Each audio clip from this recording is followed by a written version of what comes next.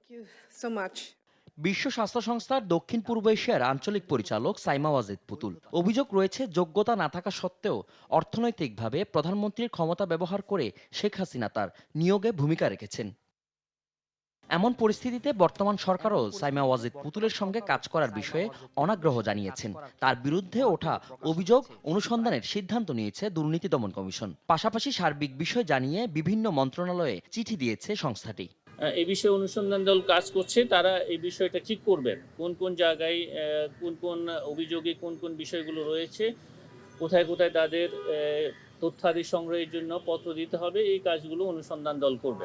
এদিকে কুমিল্লা ৬ আসনের সাবেক এমপি বাহাউদ্দিন বাহার ও তার স্ত্রীর বিরুদ্ধে প্রায় ৭০ কোটি টাকার অবৈধ সম্পদ অর্জন ও ২৫৮ কোটি টাকার অস্বাভাবিক লেনদেনের অভিযোগে মামলা করেছে দুদক।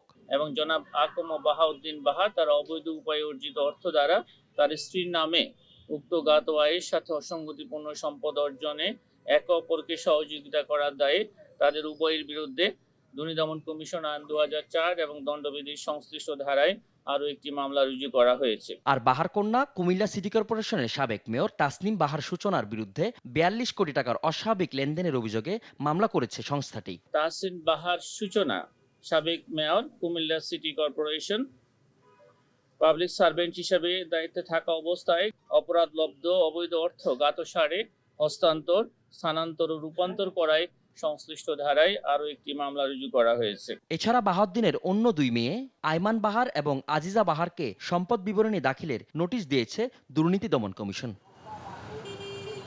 ফজলে আদিত্য, দেশ টিভি, ঢাকা।